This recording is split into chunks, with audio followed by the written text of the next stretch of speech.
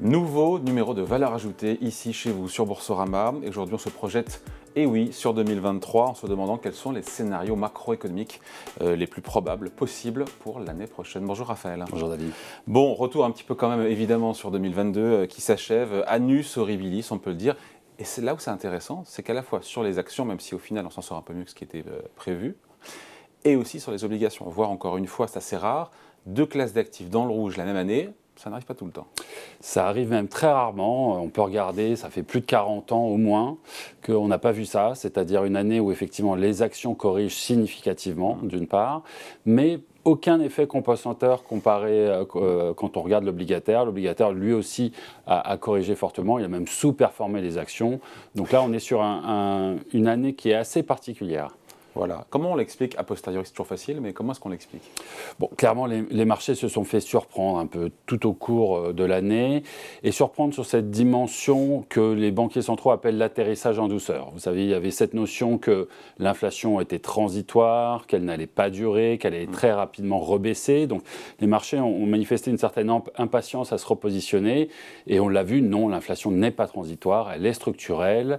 Elle a peut-être atteint un plateau récemment, mais elle se maintient à des niveaux très élevés. Donc ça a été un facteur de surprise qui a coûté. Et puis l'autre surprise, l'autre dimension de cet atterrissage en douceur, c'est sur l'aspect économique, où on a beaucoup parlé finalement d'un ralentissement qui serait mesuré.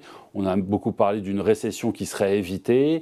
Et là, petit à petit, on commence à voir des indicateurs qui tente à montrer qu'on va pas y échapper. On risque de ne pas y échapper. Et donc ces deux facteurs ont été des facteurs de surprise et probablement que ça sera toujours au centre de nos préoccupations sur 2023. Avec une année en deux temps sur les actions quand même, parce qu'on était à moins 20, je pense au CAC 40, mais sur les grands indices boursiers mondiaux aussi. Et puis ce rebond, ce rallye avec finalement une année dans le rouge pour les grands indices, mais moins que ce qu'on aurait pu croire quand on était au milieu de l'année. Vous avez raison. Sur les actions, la baisse n'est pas très spectaculaire. Quand vous regardez par exemple l'Eurostoxx 50, l'investisseur dans l'Eurostoxx 50, donc les grandes capitalisations boursières européennes, qui investissait le 1er janvier de cette année, aujourd'hui aurait une performance tout compris de moins 5%. Voilà. Donc ce n'est pas excessif, compte tenu du contexte économique qui est en train de se dégrader fortement, du fait qu'on a la guerre en Europe et une crise énergétique. Être à moins 5% sur l'année, c'est vraiment pas excessif.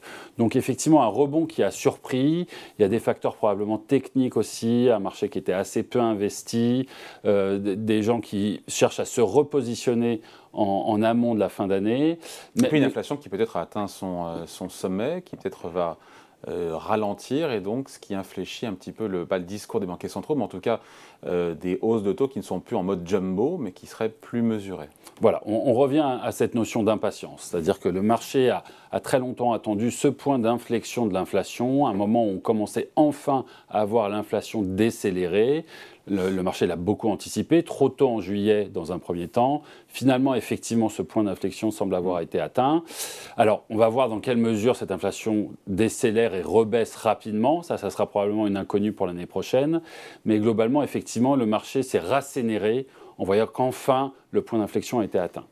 Là où on va être un petit peu prudent, c'est que finalement cette dynamique d'inflation, elle est bien identifiée aujourd'hui, elle obnubile les marchés, mais on a passé un petit peu sur le côté cette dimension ralentissement économique, récession. Le marché nous semble encore complaisant et j'utilise parfois une image qui vaut ce qu'elle vaut. Ouais. L'idée que le marché est en train de traverser la rue aujourd'hui. À sa droite arrive le bus de l'inflation et il l'a très très bien vu, ce bus de l'inflation. Mais il est caché par un... À gauche arrive le bus de la récession. Et peut-être que l'inquiétude, c'est que certes, l'inflation est aujourd'hui un point d'inflexion et le marché se rassure, mais attention au ralentissement économique qui nous guette. Bon, on est fin 2022. Où est-ce qu'on en est en termes de valorisation des deux principales classes d'actifs, actions et obligations, une fois qu'on a dit tout ça?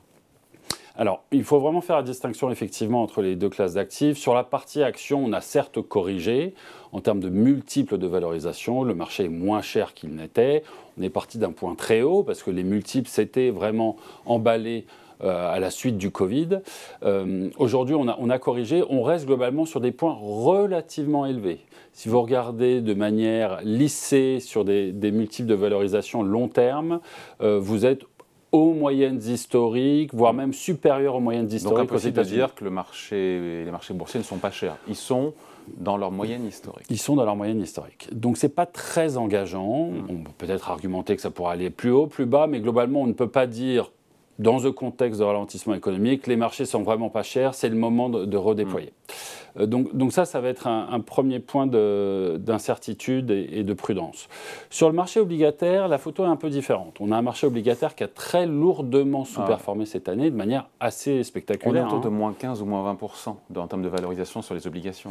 Alors voilà, ça va dépendre des classes d'actifs, mais globalement, l'investment grade a sous-performé le haut rendement. Donc les entreprises les mieux notées. Les entreprises les mieux notées ont sous-performé les entreprises les moins bien notées, qui elles-mêmes ont sous-performé les actions. Donc la table est complètement renversée. C'est clair. Ajuster du risque, la sous-performance de l'obligataire est dramatique. Et donc là, concrètement, on se retrouve sur un marché obligataire où les rendements ont significativement corrigé. Vous avez le haut rendement aux alentours de 7% aujourd'hui, il était plus proche de 3% en début d'année. Ouais. Vous avez même l'investment grade qui commence enfin à montrer quelques signes de rendement avec un rendement proche de 4%. Et donc une correction qui a été spectaculaire. On est capable aujourd'hui de financer des entreprises de belles signatures, de belle qualité et d'avoir un rendement en face, de collecter 3, 4, 5% sur des maturités raisonnablement courtes. Ce qui explique d'ailleurs cette flopée de fonds obligataires à échéance dont on a parlé ici dans Valeurs Ajoutées, de beaucoup de sociétés de gestion qui se sont lancées parce qu'il y a du rendement et il y a de la visibilité sur quelques années en termes de rendement sur des boîtes bien notées. Voilà, c'est un petit peu la nouveauté de ces derniers mois. L'obligataire redevient pertinent dans une allocation. Vous vous souvenez qu'on a longtemps parlé de There is no alternative, TINA. On ne pouvait faire que des actions dans un portefeuille d'allocation à un moment où les taux étaient négatifs ou proches de zéro. Aujourd'hui, c'est plus vrai. On peut construire des portefeuilles obligataires où le rendement embarqué est raisonnablement bon. Alors, on peut d'ailleurs s'arrêter sur cette idée de rendement un petit instant. Le gros de la baisse a été effectué à travers le repricing de la duration. Donc cette idée que les taux d'intérêt souverains ont augmenté et ont embarqué avec eux la classe d'actifs obligataires, ce qui a provoqué le gros de la baisse. Il reste cette dimension prime de risque crédit, donc la prime de risque que vous demandez en tant que prêteur pour prêter à une entreprise plutôt qu'un État. Et cette prime de risque crédit, les spreads, ils ne sont pas très élevés. Ils sont certes beaucoup plus élevés qu'ils n'étaient. On commence doucement à refléter les inquiétudes économiques ambiantes, mais on n'est pas encore sur des niveaux très spectaculaires. Et en particulier sur le haut rendement, on n'est pas sur des niveaux qui suggèrent la récession. Donc là, disons-le, peut-être que pour l'investisseur long terme, on peut justifier des réallocations. Probablement qu'on retrouve des poches d'opportunités sur l'obligataire. Mais à court terme, non. Méfiance. Prudence. Je reviens au scénario pour 2023. C'était quand même l'objet de cette vidéo, même si tout ce qu'on a dit là va nous conduire justement à nous projeter. Le scénario central, le scénario anticipé par les marchés qui a le plus de probabilité d'occurrence, de réalisation. C'est quoi? Alors, il y a un scénario qui fait consensus, et d'ailleurs, il fait tellement consensus qu'on va s'en méfier de ce scénario. C'est souvent comme ça qu'on est déçu. C'est le scénario qui consisterait à penser que l'inflation va effectivement baisser, continuer cette baisse qu'elle a entamée en partant de très haut. Ouais, faut le dire. Une baisse qui sera plutôt graduelle, mais effectivement, on a des signes concrets et convaincants que l'inflation est en train de rebaisser. Les matières premières ont bien décroché comparé à leur plus haut de cet été. Les prix du fret sont revenus au niveau pré-Covid, du fret maritime. On a quelques indicateurs d'inflation plus ponctuels aussi qui sont très encourageants. De la destruction de demande aussi, malheureusement, avec ce ralentissement économique, moins de demande. Oui. Et donc les prix... Ça coûte trop cher, les gens n'achètent plus, donc ça détruit la demande. Exactement.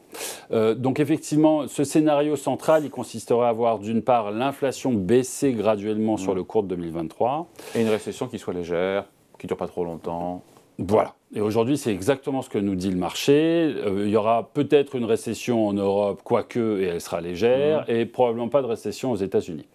Si vous regardez par exemple les attentes de croissance de bénéfices pour l'année prochaine, c'est quelque chose, un indicateur important pour les marchés, pour se projeter sur l'avenir. Aujourd'hui, il n'y a pas de récession dans les croissances bénéficiaires, parce qu'on voit encore de la croissance bénéficiaire, absolument, anticipée par les marchés. 4% aux États-Unis, 2% en Europe. Donc effectivement, si récession il y a, elle sera globalement très, très mesurée. En tout cas, c'est ce que nous disent les marchés. Je reviens à cette idée de bus. Ouais. Peut-être que le bus est en train d'arriver et qu'on ne l'a pas bien identifié, ce bus. Donc ça, on peut considérer que c'est le scénario central. Qu'est-ce que ça veut dire en termes de classe d'actifs, de performance? On va voir. Une inflation qui baisserait seulement doucement ne permettrait pas nécessairement aux banques centrales de pivoter rapidement, de revenir... Pivoter, ça veut dire se calmer, arrêter de monter les taux, voire même les stabiliser, ou pourquoi pas un jour les baisser. Absolument. Au moins les stabiliser. Et c'est vrai qu'historiquement, en tout cas sur les 10-15 dernières années, la dynamique de baisse des taux a été un facteur très positif pour les actifs risqués. Donc dans quelle mesure on peut anticiper rapidement dans ce scénario central une baisse des taux qui permettrait aux multiples de valorisation de remonter? À voir. Sceptique, dubitatif. Il y a aussi un scénario plus heureux, plus rose, diront certains, plus favorable. Alors, le scénario favorable pour les actifs risqués, on peut imaginer que c'est d'une part effectivement une récession qui serait évitée ou très légère, ça on l'a dit. Ouais. Une inflation qui baisse plus vite que prévu. Voilà. Si l'inflation baisse très rapidement et que le marché de l'emploi refroidit, c'est aussi un facteur d'inquiétude pour les banquiers centraux. Le fait que ce marché de l'emploi est exubérant, en particulier aux États-Unis, et que cette boucle prix-salaire puisse s'auto-entretenir. Si ce marché de l'emploi était amené à aussi refroidir, on aurait le scénario rose, le fameux scénario boucle d'or, vous savez, des années 2010, une inflation mesurée, en baisse forte, et une croissance positive, mais pas trop importante. Ça, historiquement, c'est très positif pour les actifs risqués. On y croit ou on n'y croit pas à ce scénario-là? Alors, si vous nous demandez notre avis chez Tikehau, on n'y croit pas du tout. On considère que cette inflation, elle est structurelle, donc elle va malheureusement perdurer à des niveaux plus élevés que précédemment. Oui. Et que le risque... Plus élevé que les 10 dernières années, mais pas aussi élevé que ce qu'on a connu depuis un an. C'est-à-dire qu'elle va baisser, c'est une certitude, mais assez lentement finalement, et trop lentement pour satisfaire les banquiers centraux. Et puis sur la dimension récession, on est très inquiet. Vous savez, on fait beaucoup de financement de petites et moyennes entreprises françaises et européennes. Et ce qu'on voit dans nos financements ou nos investissements en direct, c'est que l'inquiétude est grande, le risque de trou d'air économique est plus important. Et ça, peut-être, ça peut d'ailleurs appeler ça un scénario défavorable, qui est plutôt notre vue aujourd'hui. C'est encore une fois une inflation. Scénario adverse, scénario adverse, plus noir, plus sombre. Voilà, donc c'est ce scénario qui consisterait à voir l'inflation rester à des niveaux trop élevés pour que les banquiers centraux finalement pivotent et se mettent à baisser les taux, premier aspect, et puis une récession qui pourrait être plus violente qu'anticipée. Avec un impact plus fort évidemment sur les croissances bénéficiaires, qui serait pour le coup de la décroissance bénéficiaire. Voilà. Et là, ça change tout, parce qu'en termes de valorisation, les valos ne sont plus les mêmes. Ça change tout. Et on peut regarder l'historique de ces 20 dernières années. Ce que vous constatez lors des récessions légères de ces 20 dernières années, par exemple 2000, c'est que la décroissance, la récession des bénéfices se situe aux alentours de moins 5%. Souvenez-vous, on est plutôt à plus 2 aujourd'hui, là on parlait de moins 5. Une récession forte, lourde, donc 2008-2020, on est plutôt à moins 15% de décroissance des bénéfices. Prenons un scénario de moins 10%, à multiples équivalents, si on a une récession de moins 10%, la valo, elle va où? On descend à moins 15% sur les marchés, ça c'est mécanique. Si à ça vous rajoutez une révision des multiples de valorisation, vous pouvez être rapidement à moins 20, moins 30%. Alors bon, tout ça c'est de la science-fiction aujourd'hui, mais le message c'est que les marchés et leur valorisation sont très sensibles aux anticipations de résultats et au taux d'intérêt, et il y a du risque sur ces deux segments. Voilà, mais il y a quand même le scénario central qui, pour l'instant, même si on s'en méfie, est celui... Enfin, c'est le scénario où on prolonge le trait, finalement, le central. C'est le scénario plus linéaire, le fameux atterrissage en douceur que les banquiers centraux espèrent. On a beaucoup parlé... On commence à voir comme aux États-Unis, pour l'instant, il ne joue pas si mal, Jérôme Powell. Pour l'instant, on est sur une dynamique qui pourrait peut-être laisser espérer que oui, il n'y aura pas de crash. On a quand même quelques cracks aujourd'hui qui apparaissent. L'immobilier aux États-Unis. L'immobilier en est un, très clairement. Quoi d'autre? Et alors, sur les cracks, on voit qu'en termes de consommation, le consommateur est en train de s'épuiser. Américain. Ouais. Il a abondamment utilisé ce matelas Covid qui date du Covid. Vous savez, lorsque les gouvernements ont financé un petit peu la reprise. Envoyé des chèques. envoyé à l'échec. Ses indices de confiance sont au plus bas, parfois historiques. La croissance de son revenu disponible ajusté de l'inflation, donc en termes réels, est très négative aujourd'hui. On lui raconte qu'il va avoir des problèmes à la pompe cet hiver. Il est très inquiet. Et ça, c'est important parce que cette robustesse de la consommation, en particulier aux États-Unis, a permis aux entreprises de maintenir leurs bénéfices. Est-ce qu'elle va perdurer dans les mois qui viennent? C'est à voir.